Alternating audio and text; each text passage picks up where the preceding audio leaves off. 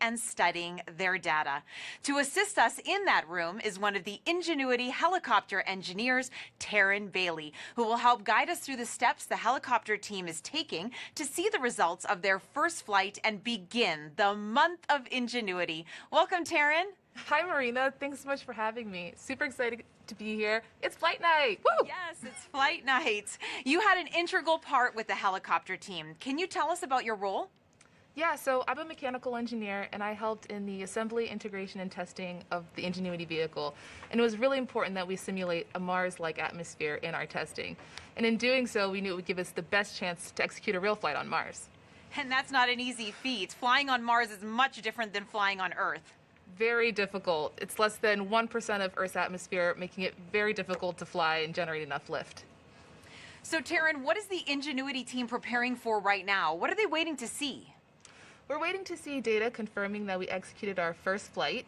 The actual flight on Mars took place earlier today, and that's because Mars is over 178 million miles away, so there's a little bit of a delay. The data is expected to hit the Deep Space Network at about 3:34 a.m. Pacific time, and we'll start processing the data shortly after that to see how we did. Fingers crossed. Thanks so much, Taryn. We'll be coming back to you shortly as we get closer to the start of the data downlink. What started out as a dream is now becoming reality for the Ingenuity helicopter team. Let's take a look at their journey. Sometimes you have to do something just to show that you can do it. When the Wright brothers flew for the first time, they flew an experimental aircraft. And in the same way, the Mars helicopter is designed to show that we can fly powered helicopter flight in the Martian atmosphere.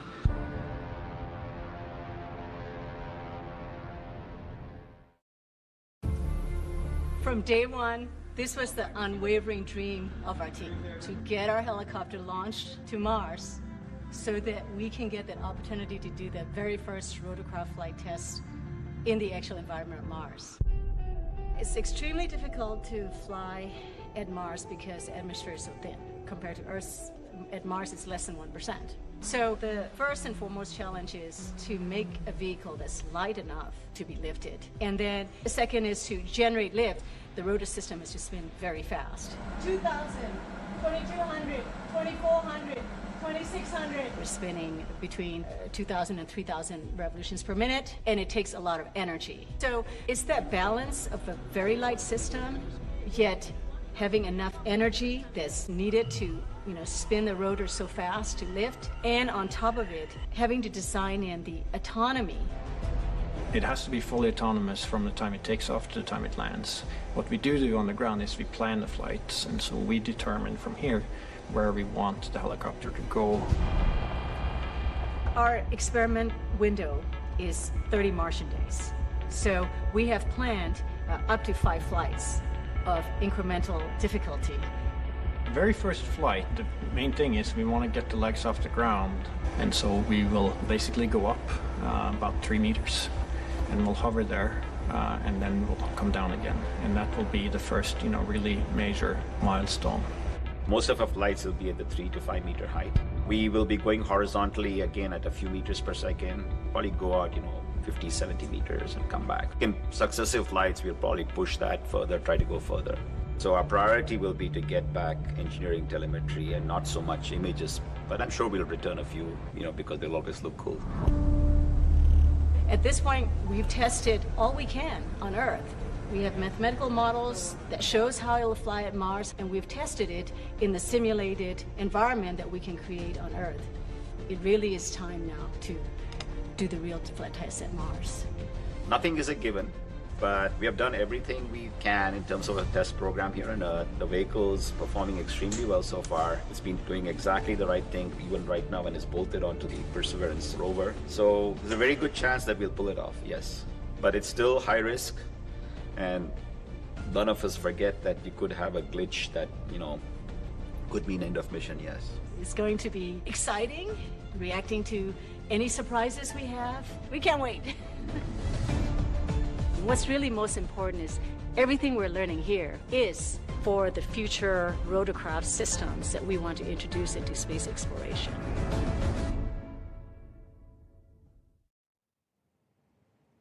Along with your cup of coffee, you can join in on the conversation by asking the helicopter team questions at NASA JPL on all social platforms by using the hashtag MarsHelicopter. We will get to your questions later on in the program.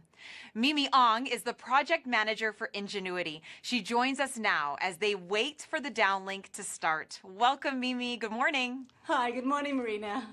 Now, Mimi, this has been quite the journey for you and your team. How do you feel finally reaching this moment?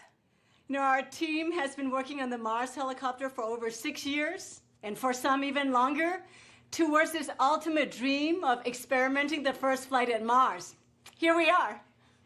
Yes, here we are. And last week was a little bit of a week for you guys. You've had some technical challenges. What made you decide to go ahead with the first flight attempt this morning? April 9th was a surprise. We were 2 days away from first flight and just onto our very last checkout. High-speed spin of the rotor system. And there we discovered an intricate timing issue that was preventing the helicopter from transitioning to flight mode, the mode that we need to be in to spin the rotor system high speed. So right after we found that, our team went into high gear, identified 2 possible solutions in a couple of days, and we picked the solution that is really the most simple, most straightforward option. So a note there, though, that the solution that we have adopted, it does transition to the helicopter into flight mode about 85% of the time. So when we go to flight, and if we don't go into flight mode, the helicopter will stay safe, and we will attempt the first flight again. So just last Friday, we took this solution, applied it to Ingenuity, and successfully spun Ingenuity's rotor system full speed. So next step is our first flight attempt now. And to give folks at home, Mimi, some perspective, the goal is to fly on a planet that has just 1% the atmosphere of Earth. And you're controlling that flight from over 100 million miles away. How difficult is that? Very, very difficult to fly a rotorcraft at Mars. You know, a rotorcraft pushes the atmosphere to generate lift. And when there is that little atmosphere, the rotor system has to spin really fast. In fact, we'll be spinning over 2,500 revolutions per minute for this flight today. And Ingenuity is less than 1.8 kilograms, right? 4 pounds. And in that 4 pounds, Ingenuity has to be able to fly in that very thin atmosphere and be able to survive and operate autonomously at Mars. For example, Ingenuity, our little 4-pounder, has been on the surface of Mars, keeping itself warm throughout the cold nights, down to minus 130 degrees Fahrenheit, and it's been doing that every day. So on top of that, our flight experiment at Mars, we are operating it all the way back here from Earth. So yeah, it's very challenging, but we're ready. Oh, Ingenuity is small, but it is mighty, and the team has come so far already. What other milestones has the helicopter team already achieved before this morning? Ingenuity has passed all of its milestones leading up to the first flight. So performed perfectly during cruise, survived the drop, and has been charging itself with high good energy levels. Each time it's been communicating daily to the base station and keeping itself warm. And with the rotor system all checked out to full speed, Ingenuity's ready to go. And at the high level for the Mars helicopter technology project, we have 3 goals that are in line with NASA's agency level objectives. The first is to demonstrate here on Earth that it is possible to fly a controlled power flight in the thin atmosphere of Mars. We've done that. The second objective is to perform that actual flight at Mars. Well, we're about to get data back very soon here on that first flight. And the third is to return data to inform engineers working on designing future generations of Mars helicopter. We have received valuable information data back since we have dropped on the surface. And tonight's data from the first flight will be extremely important. So we're ready to go. We are ready to go. Now, what is success going to look like for you guys tonight? So there are 5 scenarios. Okay, so if the solution we implemented successfully transitions the helicopter to the flight mode, we'll be all right. But if it doesn't transition, then we will be attempting the flight again tomorrow. If we don't get to flight mode tonight, then we'll go on. If we go successfully to the flight mode, there are 4 scenarios. Full success in flight. Second scenario could be partial success in flight. The third would be not having sufficient information, in which case we'll need more time to determine what happened. The fourth could be failure. So whatever the outcome, we are set here to learn. And a bright future is ahead, Mimi. The risk is huge, but the reward is high. We will all be rooting for your team. Good luck. Thank you, Marina. As we get closer to the data arrival, let's talk to Tim Canham, Ingenuity Operations Lead. Thanks for joining us, Tim. Thanks, Marina. Glad to be here. Now, how does the data even get here from the helicopter to the team? Well, as they say, sometimes it's complicated, right? So the helicopter does not have a radio that can talk directly to Earth, so we need the help of the rover. As a matter of fact, the rover has an instrument on board, which is also built by the helicopter team, called the Helicopter Base Station. The Helicopter Base Station has a radio which talks to the helicopter. So as you have heard earlier today, the helicopter flew. As it was flying and after it landed, it transferred its data to the base station.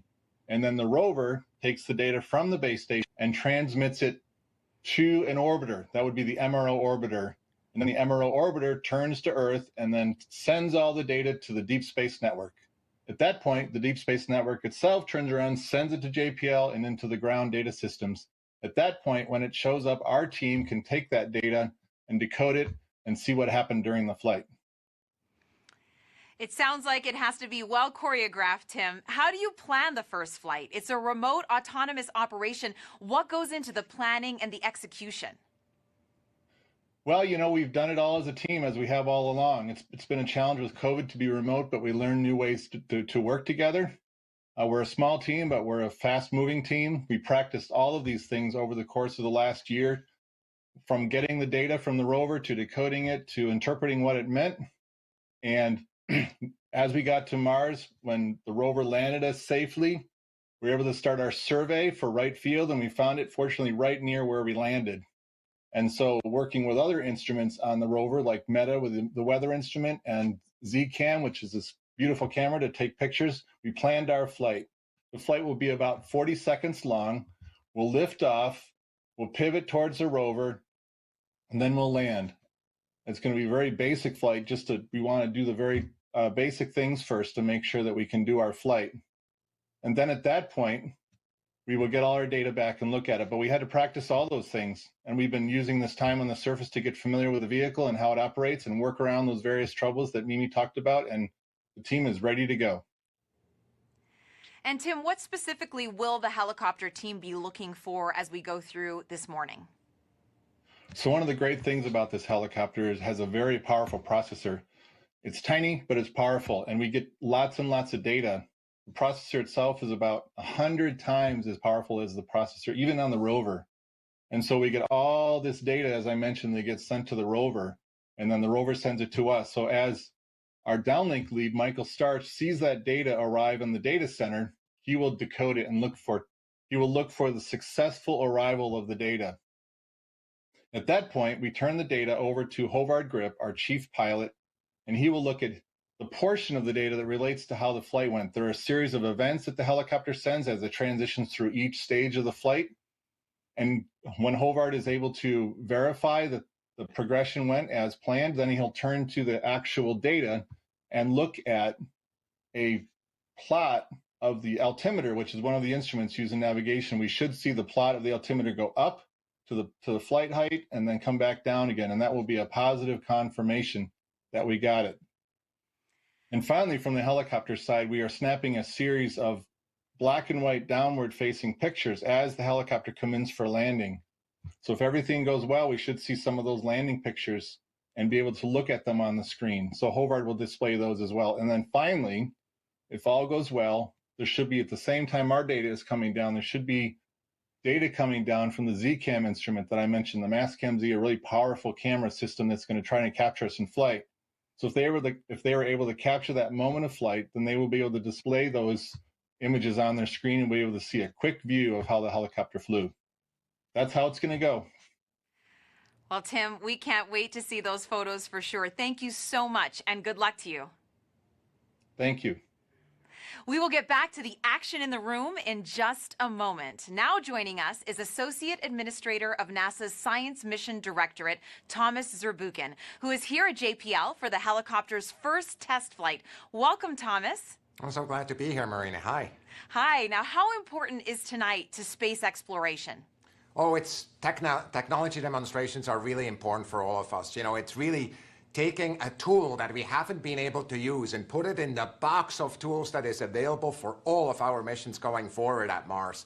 So for me, it's really exciting personally, and for the community overall, it opens up new doors. And Thomas, why is it important to have that aerial dimension to space exploration? There's many applications that require that. Imagine, for example, going into areas of, and exploring them that we cannot use a rover for. There's some of these crater walls that are so exciting. Scientists have been writing papers about it. It's also important to have the aerial dimension in the context of human exploration of Mars, of which we're dreaming even now. And that aerial dimension being kind of able to scout ahead is just absolutely critical. Well, thank you so much for joining us, Dr. Z. Hey, thanks.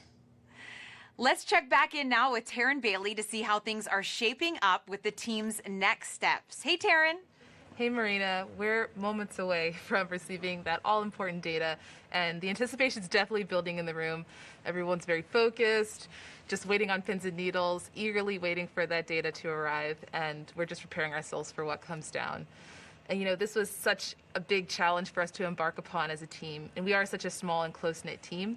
So it's really great to be back in the room with all of my colleagues and my teammates. We're all here in support of one another. We have Bob Ballerim watching, and he's been the vision behind this from the very beginning. So we have such great leadership on this team, and very excited to be here. And we're going to be hearing from a lot of people, Taryn. So can you let us know who we're going to be hearing from as we progress through the morning? Yes, so we'll first hear from our downlink lead, Michael Starch. And he's going to be the person that first lays eyes on the data. And when he receives it, he'll unpack it. He'll run through a data receival procedure, make his call-outs, and then he'll hand it over to our guidance, navigation, and control lead, also our chief pilot, Havard Grip. He'll interpret that data and display an altimeter plot to indicate if we flew. Some other voices we'll hear on VOCA will be our deputy ops lead, Teddy Zenitos, who will report on the battery status, and our systems engineer, Jaco Karas, who will report on the motor health.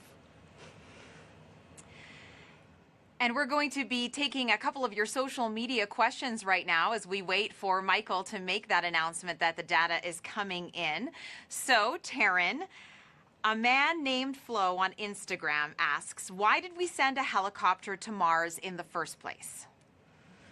Great question. Why not? Just kidding. Sending an aerial vehicle at this stage especially, we have sent 5 rovers to Mars, and now we have an aerial dimension, which Dr. Zurbuchen pointed out that it's really important because it elevates the next stage of space exploration. And we can do more science with it. It can be a coordinated effort for future missions. It also opens the doorway for human exploration, and the helicopter can go into areas where the rover can't. So there are a lot of caves, and the rover has to overcome a lot of obstacles on the ground that the helicopter can ideally move around, and that's why it's such a great option for putting an aerial vehicle on another planet. And as Tim mentioned, it has to be well choreographed, this flight. And so Elio on Instagram asks, why is the first flight only vertical? So every flight, we're going to build upon it. But this first flight, our mission success criteria is really to demonstrate that we can fly. And so that's why this first flight is really all about being able to demonstrate that we can fly on another planet. And so that means we'll do a 3-meter hover above the Martian surface, touch back down to signal success, and then we can advance from there. And getting back to what everyone's going to be looking at, you had mentioned that Havard is going to be looking at a plot. What exactly is that going to look like? Is it easy to see if the flight actually took place? Yes, so his altimeter plot will indicate a peak And we'll start off with a flat line, indicating that we were grounded. Then we'll spin up, and it'll have a steep incline to show that we've risen. And then at the top, we'll have a dwell where we're hovering, and then another steep decline in the graph to show that we've touched down. So it should be pretty cut and dry to see that we have successfully flew. And this morning, of course, as you mentioned, the helicopter flew a few hours ago, and we're waiting to see if it did happen. But you did a whole lot of testing here on Earth before you sent Ingenuity up there. Tell me what it was like to test the helicopter and simulate that Mars environment. Absolutely. So it went, just because the helicopter is the first of its kind, the testing also is very similar in that way. We had to simulate a Mars-like atmosphere by using very large thermal vacuum chambers to allow us to control the temperature and pressure so we can simulate a Mars-like atmospheric density. Then we also created a gravity offload system that compensates for the difference in gravity between Earth and Mars. In addition to that, we validated a lot of our requirements with engineering models. So these are developmental models that we made, and they went through extensive environmental and aerodynamic testing. And so they were the precursors to our flight vehicle, which is, of course, currently on Mars. And as Mimi mentioned before, it had to be super light and super fast. Why is that? Flying on Mars is very difficult. You guys have heard it before. It's less than 1% of Earth's atmosphere, and that means that we have to have something really lightweight for us to overcome that mass to generate enough lift. And, you know, kudos and thank you very much to our friends over at Air Environment who designed and built this custom rotor system that is super lightweight. Each blade is less than 2 ounces made of composite material for that very reason. And it spans the distance. The wingspan of this helicopter is 4 feet tip to tip. So that's 1.2 meters. That's super large for something that's essentially carrying the size of a tissue box, just to give you a frame of reference. And in addition to that, generating enough lift involves having high RPM. So we're flying on an average of 2,500 RPM. 2,500 RPM. I just want everyone to sit with that for a minute, because here on Earth, helicopters go 400 to 500 RPM. So that is so much faster, Taryn. It's incredibly fast, incredibly fast. Every detail on this vehicle is made and designed for it to be the most efficient. We are beginning to see data products.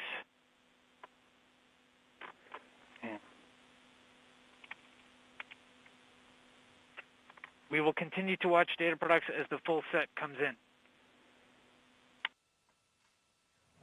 All right, Taryn. Well, we just heard from Michael that they are taking a look at the data just starting to flow into the Deep Space Network antenna on Earth. What happens now that the rover has started sending that data? Yes, so for those of you at home, the Deep Space Network is our giant communications network. This is downlink. Early indications, data products look nominal. Excellent. We'll continue to wait for the full data set to arrive. In the meantime, I'll explain a little bit about the Deep Space Network, and that it's our main communications tool to talk to our Ingenuity helicopter from across our solar system. So our downlink lead just announced that data products have just started to arrive and that they look nominal, which is a good indication. While we wait for the full data set to arrive, we'll wait. I guess that's what we'll do. We'll wait in the meantime. And we'll answer another social media question along those lines. Jose on YouTube asks, how long does it take for the video signal from the helicopter to reach Earth? Sorry, can you repeat the question? Yes. How long does it take for the video signal from the helicopter to reach Earth? Yeah, so that goes into having that very long distance between Earth and us.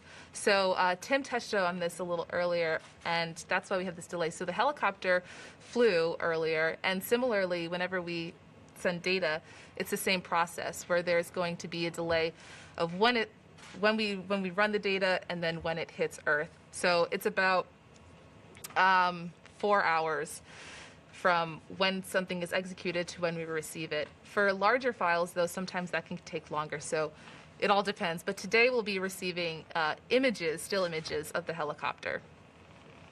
And I know we are eagerly anticipating those images. And we talked a little bit about this before, Taryn. We have been just floored by all the great images coming in from Perseverance, but Ingenuity has cameras as well. Absolutely. The helicopter is equipped with 2 cameras. One is our onboard navigation camera, and that's the image that we'll receive tonight. And that's going to be a black and white image that's pointed straight down at the Martian surface, and will hopefully be showing us hovering above it. Our second camera is our return to Earth camera, and that's our higher resolution camera that is a color photo and shows more of the Martian horizon snapshot, the beauty shot, if you will. And then and that image will be utilized for future flight missions. And we have another great social media question here from Hing on Facebook asking, what is the biggest question this first flight will answer about aerodynamics on Mars? Well, the biggest question that we had to answer when embarking on this was, can we lift? Can we generate enough lift and fly in a Martian atmosphere? And I think this first flight will indicate that for sure, and will answer that question. And whatever we receive back will definitely give us more information moving forward, regardless of this first flight or potential other outcomes. And we've got another question on social. Wakia on Twitter asks, happy flight day. Why are the blades shaped the way they are? That's a really great question. So in order to generate enough lift, each blade, I mentioned that these were custom designed, and what we call them are airfoils. And they're developed in a way so that it generates enough lift for us to fly and have enough thrust underneath of our helicopter vehicle. So they have that funky shape because of the aerodynamic elements that help it generate enough lift. And once again, reminding everybody that you guys are controlling this from over 100 million miles away here on Earth. I always try to wrap my head around that. Absolutely. It is so far away, and it's miraculous to even think that this is something that's technically already been executed earlier today. We're just kind of standing by and waiting for that data to arrive to indicate, success. Well, we are going to have minimal commentary during this time as we're going to let you enjoy this experience with the team as they go through all the data to see how Ingenuity did. So let's head to the helicopter control room.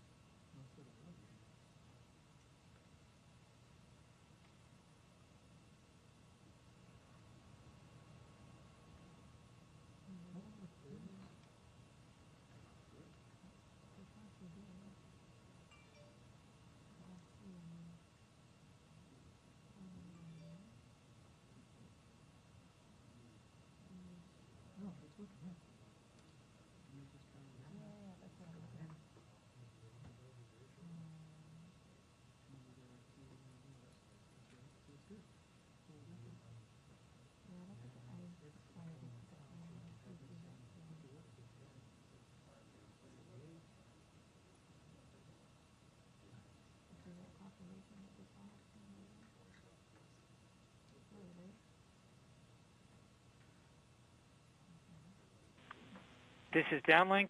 Data products appear to be in. We will begin processing shortly.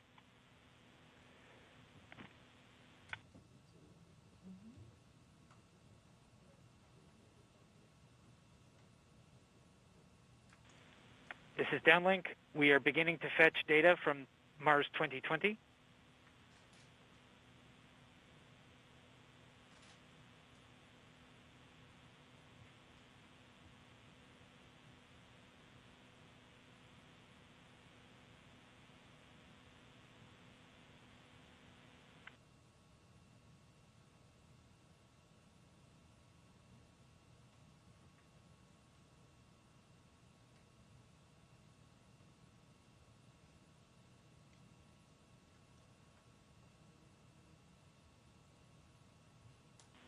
This is Downlink. We have pulled in data products from Mars 2020.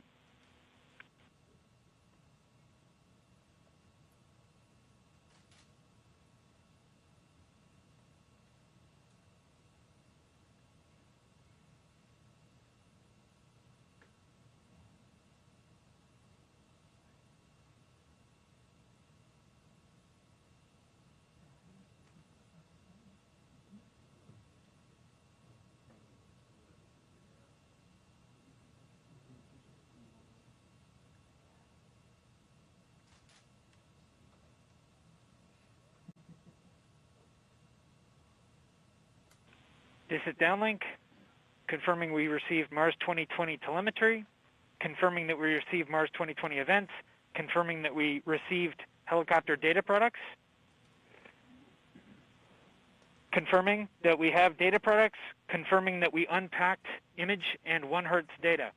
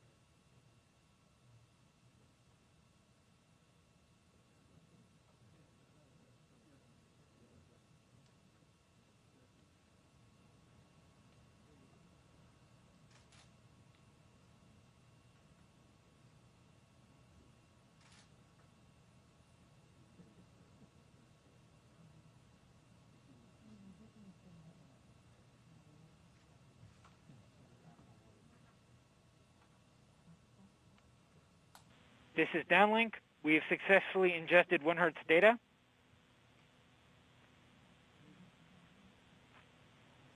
Confirming that we have helicopter data products, helicopter telemetry, helicopter events. Confirming helicopter file listing. Confirming expected boot counts.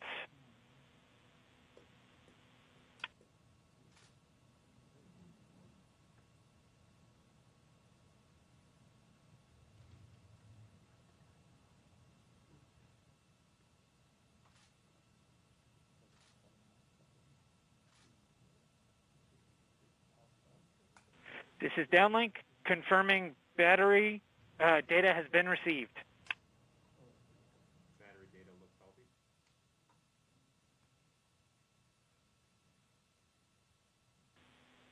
Rotor motors appear healthy. Swash plate servos appear healthy. Overall actuators appear healthy.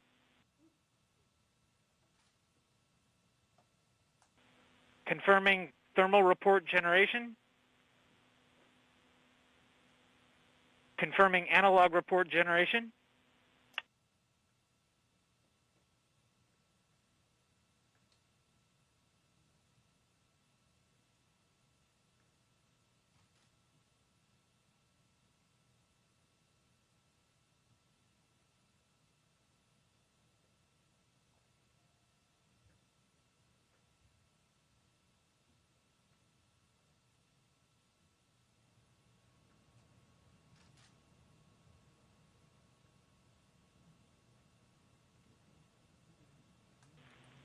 Confirming telecom report generation.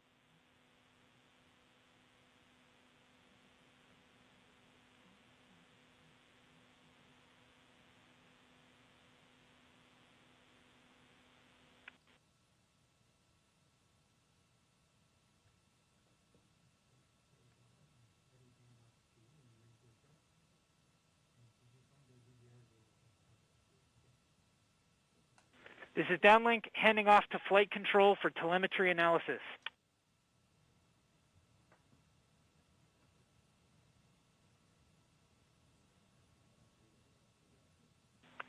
This is flight control, confirming that we have EVRs from Ingenuity.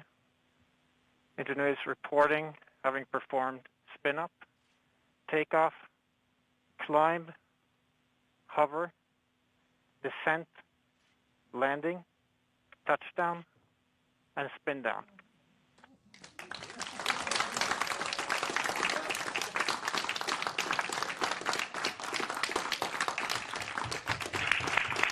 And altimeter data confirms that Ingenuity has performed its first flight, the first flight of a powered aircraft to another planet.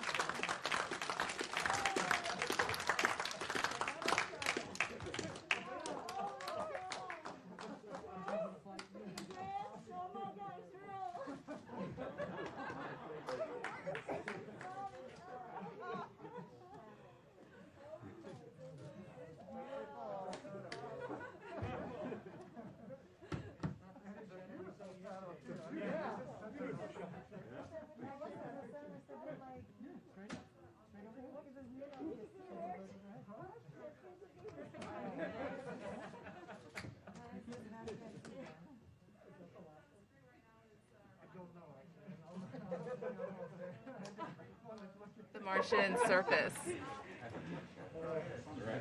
Taryn, go ahead and repeat that. So the image we're looking at on the screen is the image from our onboard navigation camera showing us hovering above the surface of Mars. How incredible! And that's its shadow, right, Taryn? Yes, that's its shadow. So the onboard navigation camera points straight down, so we're seeing its shadow right now. I can just hear Mimi in the background. This is real. This is real. It's so amazing. Yeah, everyone's really feeling it now. So we're gonna wait for the Perseverance rover image of us.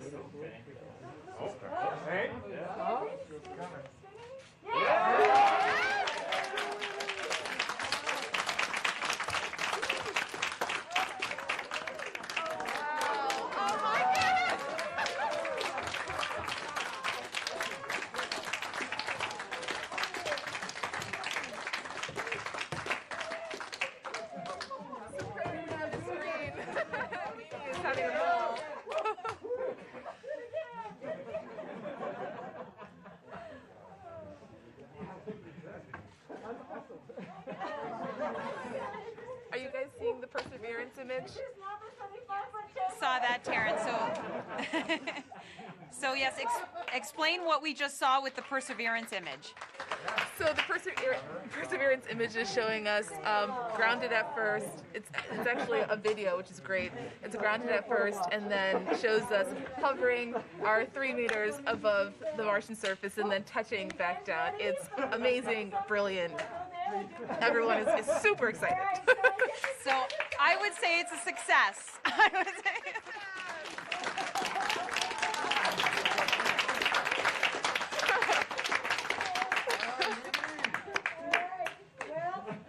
I got to tear up the contingency speech, which I never practiced, but I was going to read. But lucky for you, I have a much shorter speech for success. So we can now say that human beings have flown a rotorcraft on another planet.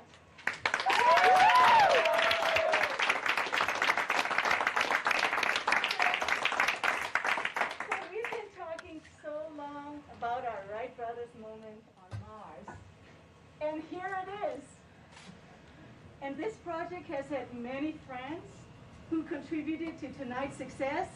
I see many in the room, the team in the room, the team on WebEx, team members who couldn't join us, and a few of our friends who are no longer with us. They're still in our minds today. And Perseverance rover, the best host little Ingenuity could ever hope for.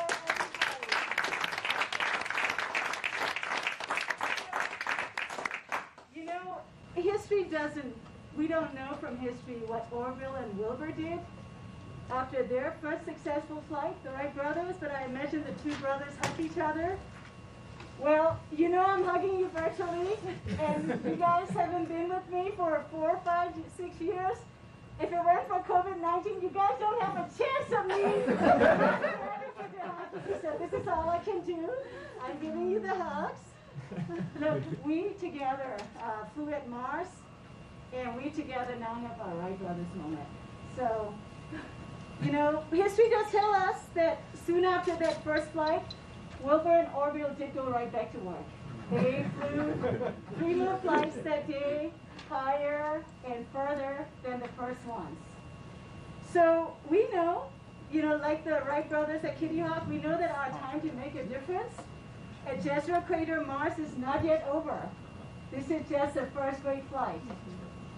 So let's enjoy this moment. But we must enjoy this moment because over the years, and there are a few of you especially, but there's some that have never let me celebrate fully. Every time we hit one of these major milestones, not yet, not yet. We'll keep moving on. So we must take a moment to celebrate this moment. Really important. Congratulations, everybody. Congratulations. Take that moment, and then after that, let's get back to work and more flights. Congratulations.